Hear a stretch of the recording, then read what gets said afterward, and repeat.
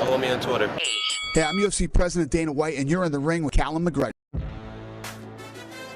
me, the Lions are the #1 rankings out there. Those guys are the ones who really do their homework. Man, that's why the rankings are bullshit. From Canada. Got a really high fight IQ. For this fight, I'm telling you, it's a flip of a coin. Levels to the shit.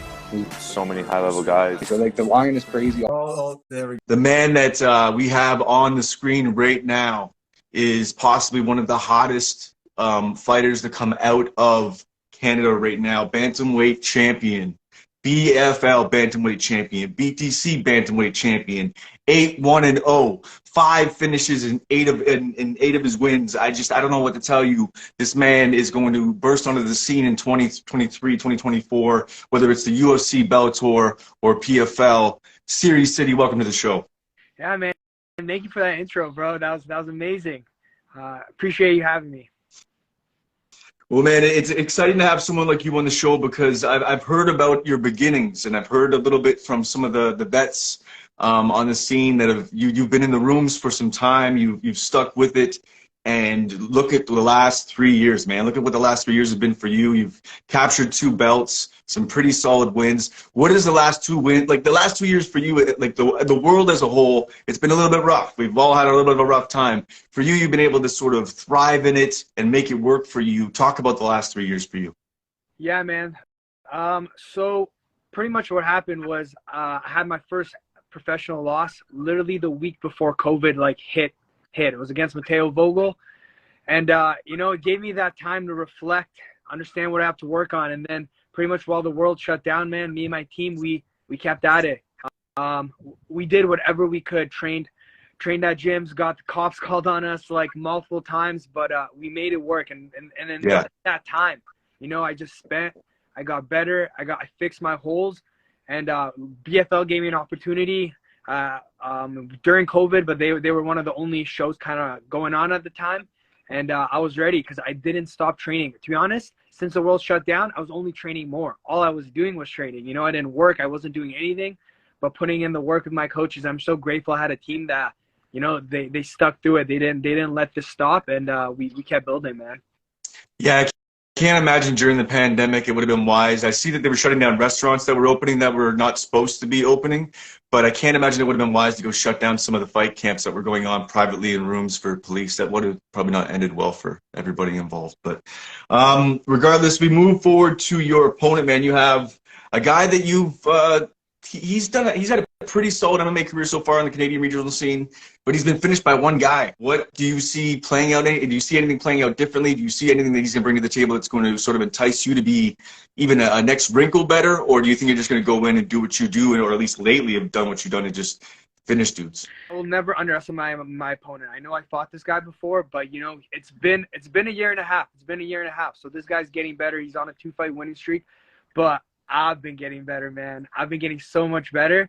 I truly believe when I sat down with my coaches and everybody around and rewatched that fight, that wasn't the real me. That wasn't the guy I'm capable of being. So I believe that when I come into this fight, I'm going to bring a different level. And that's what kind of the game plan with my coaches. We're gonna go out there. We're going to cement that I'm the #1 guy in Canada, and I need to be signed. But, yeah, I'm looking for a finish, and I'm looking to make it violent. The pedigree of a high-level Canadian champion, and then you sound like a Canadian hockey boy at the NHL level when it comes to media savvy. You're very, very well calculated in your approach. I like it. Now, if we look at your last title defense that you had, or sorry, when you beat Willal Watson to actually take the belt, and now are the BTC champion as well too. What does it mean to be a 2-belt champion in 2 different promotions at the top of the top of the bantamweight division in Canada, essentially? What does it mean for you to be there, and what do you want next? It's amazing. It means a lot to me. I'm just grateful I get these opportunities. It's really cool how things happen, and I got these opportunities. But I'm just trying to make as much noise as possible, right? Win as many titles as I can, fight these UFC veterans, anything that's gonna push me into that next level. So yeah, that was kind of the goal, and I'm getting more and more of these opportunities. And now this one here, the day before the UFC Vancouver card, this is why this fight is so important to me, because there's going to be a lot of eyes, you know, and that's why I just need to come in and have a breakthrough performance. And then one thing I do is like when I'll do tape study on any fighter, I'll watch like every fight I possibly can, and I always write down different notes on different things, but I'll put like some main sort of like keynotes that pop out in my head. And the one thing about your style, you have measured pressure, man. So you're always just on them, but you're not over like compromising yourself, right? And it's just it's a smart pressing style, which I really love. But you're also an explosive opportunist. So when that opportunity is there, you seem to be there and you jump on it right away, which not all fighters seem to pounce on, right? Which is a big thing. And we obviously have a gambling podcast. We do Don't Tap podcast. And that is something that you look for, number one, in a fighter. And I know that fighters shouldn't have to care about what people are betting on, but when you look at someone to be a winner, someone that goes for it at that moment and sees that moment, is that an instinctual thing? Is that something that you've worked with, you know, with Lyndon and worked in your fight camps? Like, what is that about you that, you know, you have that measured pressure, but then are able to attack right at the right time when you need to? Yeah, that's very well said. It's a balance. It's very like Lyndon for me is he's the guy who made me calculated. You know, when I first started, I was wild. I'm like, and I always look for the finishes, but like you said, right? If I don't want to open up myself too much, I want to be calculated with my approach. So I think having a balance of me seeing the opportunity in the present moment when I'm inside the cage, but then having Lyndon in my ear. Like when I'm fighting, I hear him. He's the only voice I hear. And as I'm moving around and like even that last fight, I was very calculated with what weapons I was using. We stuck to the game plan. There's like 4 or 5 different strikes that we were gonna use, and that's all I had to use. And then when the moment came, I saw that moment with my own eyes, and I took it, right. But yeah, it's definitely a mix, and I have to give a lot of credit to Lyndon because, you know, he helped me with that fight IQ and that style of just patience, man. It's gonna come. The finish is gonna come. You don't have to force it. It's gonna naturally come, and just when it's there, we're gonna take advantage of it. And actually speak about even I've talked about this with Josh Hill and talked about, you know, that relationship with Lyndon and having that ear in the corner, right? And for you, like naturally, your instinctual thing is not like you're gonna want to go full bore, punch the guy in the face. That's it. You want to knock the guy out, and instinctually, that's what I think us as human beings are gonna want to do in a situation like that. But for you, with that measured approach, is that Lyndon in your ear saying, "Hey, hold up, no. Is that what that is? Is that him almost playing a video game in the background?" I've used that analogy so many times. That video game in the background, 100%. And it has to be a trust with your coach. I trust that guy with my life. So there's not a second thought in the cage where Lyndon says something where, you know, like I have to think about it. You know, like again, I'm in there, so I see things. And, you know, maybe if the opportunity is not there when he calls something, I won't take that opportunity. But at the end of the day, I trust them with everything. We've built such a close relationship as coach and student that yeah, man, he's in my ear. And there's been so many knockouts that I had where he just calls out a combo. You know, we have code words for everything, but he calls out a combo. I throw the combo, boom, knockout. Like it's happened. So it's very cool. Like I do say it like a video game. I feel like sometimes he's controlling me, but then there's that mix of me seeing the opportunity as well. And it's the balance of both. And that's an analogy that I've used in the past I was talking in the past with the rest in peace Sean Tompkins, talking about him and Sam Stout. That was something that Sam Stout earlier in his career, it was just like you'd hear Tompkins say something and Sam would just bam, that was what was laid out perfectly. So it is very a cool thing, and it's something I always look for. Everybody's different, whether it's your pre-fights intake that you take in mentally, this is what you're going to do, and then it's only just, hey, do this, do that. Like it's very light. Sometimes you have a coach in the corner that when you're in there, they're yelling out just, you know, intricate game plan, and you're able to do it, or code words or whatever it is. So I just love to hear the intricacies of that and understand the mindset of that. But let's speak about your sort of journey a little bit, because, you know, when talking with Josh Hill, he mentioned you being in the rooms, this scrawny little kid that just wouldn't go away. He's been training with us since I think he was like 15 or 16, forever. I remember he was just a little kid with us. We used to beat the hell out of him, and he never went away. And now he's laying beaten down, and he's one of my hardest sparring sessions, man. He's very good, very talented, super disciplined, very, very strong mentally. Yeah, you know, I expected, and I still do expect huge things from this kid. I think he'll go very far. This right? Yeah. A scrawny, like that's a pretty good story right there, right? Like if I'm writing a headline, a scrawny little kid that wouldn't go away that now holds 2 belts, right? That's pretty good story. So for you to be in those rooms, to be in BTC, you know, to be at Aegis, to be able to go down to Niagara top team as well too. Talk about the whole, like the idea of that growth for you, and then what it meant to be part of the MMA community in Ontario and how it's been growing, and the rooms that you can, you know, partake in as well too. Yeah, so I just think I just got really lucky when I started because I ended up at a gym with the highest level guys in Ontario already. You know, like I could have showed up and I could have showed up to a gym and I wouldn't, like, you know, like you don't know what you don't know, right? And I just got lucky coming to a gym. It was Tap Out Burlington at the time. And it was Josh Hill, it was Lyndon Whitlock, it was my boxing coach, Gavin Hessen. And I got surrounded by these guys, and I looked up to these guys so much. You know, like I remember all of high school, all of university.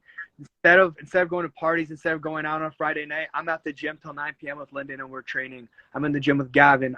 I looked up to those guys so much. You know, they were all.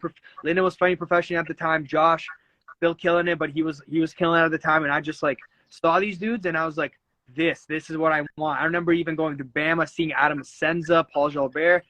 All these guys, like I grew up when I was like 14, like all the way up, just idolizing these guys. These were my heroes. These were the people I wanted to, like, I looked up to, the people I wanted to be. And I was just so blessed that I got to be around these people, right? So I wasn't going to leave those rooms. I was getting my ass whooped, but I wasn't going to, like, this was the place to be. And to be honest, these guys were so kind of lifting me up mentally, giving me the hard work, but making sure that I'm healthy and I was always safe. And I have like a lot of love for them for doing that.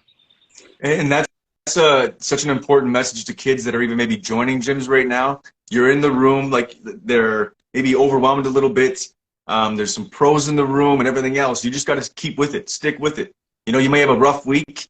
You may not feel like technique's coming along. You may not feel like something's not clicking the way it's supposed to. Keep pushing. If you love it, the passion shines through. This 100%. Man is the testament to that, right? 100%. It's up and down, right? It's 4 weeks of I'm the shit. I'm getting so much better, and then you get a drop, and then you go, and then I realize that. And now when I have those drops, you know, whatever it is, maybe it's something in grappling. I'm learning some new techniques, so all of a sudden I'm losing rounds a little bit more. I understand that it's part of the process, and I can ride that, you know, and I understand that, and it won't negatively affect me. I'm just like, okay. I'm playing some B game stuff. I'm working some C game stuff. I'm going to lose a little. It's going to take time to develop. But if you understand that and you keep showing up, consistency is key, man. You will get where you want to go. Now, speak to your opponent one last time before we exit this out, because I know that you have a whirlwind of things that you have to do to get ready for this fight. How do you see this one playing out? I see a much better performance on my part. I see that I'm gonna go out there and I'm gonna show my true skill set, my true skills. I'm gonna break this guy. I felt it in the first fight, and I don't think he's addressed the problems he needs to address. You know, he's got better for sure, but he made a million kinds of excuses about what happened. He slipped on a banana peel. He wasn't there. His head hit the canvas. All these things that he said, but he didn't address the real problem, which was, you know, I was just, my mindset was stronger and my will was stronger, and I'm going to break him. And it's going to be the same thing this time. I think I'm going to break him. I think I'm going to break him more violently. And that's the plan, man, because I'm coming for it all. I want this too much, and this is the opportunity, and I'm looking for that finish. I will not force the finish like we talked about, but it's going to be there. I know it. As it comes to you, he will take it. So if we look at, not to look ahead of this fight, but there is a next tier that you want to get into. For you, what's the peak? What do you want to try to do in the next year to crack into that top? Do you want to leave yourself available for a card like Vancouver? Is it Dana White Contender Series, or is it all of it you're open to?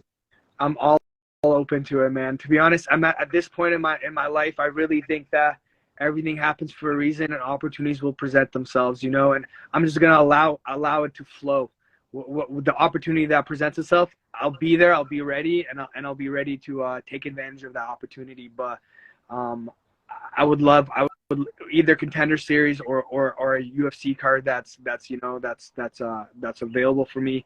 But I'll be ready. And the thing is, I'm not gonna stop getting better. I feel like I'm getting progressively better. The training partners I'm working with are getting better. I'm working with Mike Malott. I'm working with TJ Alarmy. Like, these guys that I'm working, I haven't worked at these, like, this high level before, and now I get to. So my skill set's getting so much better, and I'm just excited. I'm excited to see what I'm gonna do. I think we all are pretty excited as well too, man. We look forward to seeing you back in the cage and doing exactly what it is that you love to do. If you want to just on the exit, say where people can find you online, and then do a little plug for the fight so I can chop that up as well too. Sounds good. So my Instagram is Sidey MMA. So is my Twitter, Sidey MMA, as well as TikTok. You know, I'm trying to get on that TikTok too, grow my platforms. And my next fight, guys, will be on BFL June 9th, the day right before the UFC Vancouver card. Out in Vancouver, one of the top headlining fights. It's going to be a massive show. Honestly, I think the biggest fight card in Canada right now, just with the high level of competition. So guys, check me out there. My name is Sidey. I'm the BFL champion, the BTC fight champion. Tune into Don't Tap podcast and check it out. It's always great content, and anybody that can help out the Canadian community, it's all love. So we want to give that love. I appreciate it, brother. I'm a passionate fan and have been for years. So anything that I can do as far as getting videos out, and you guys, it's sort of a win-win both ways, right? I build my podcast up and I can get some stuff out about you guys. It's a great thing. So yeah, brother. As we all grow in the MMA community, I love it, man.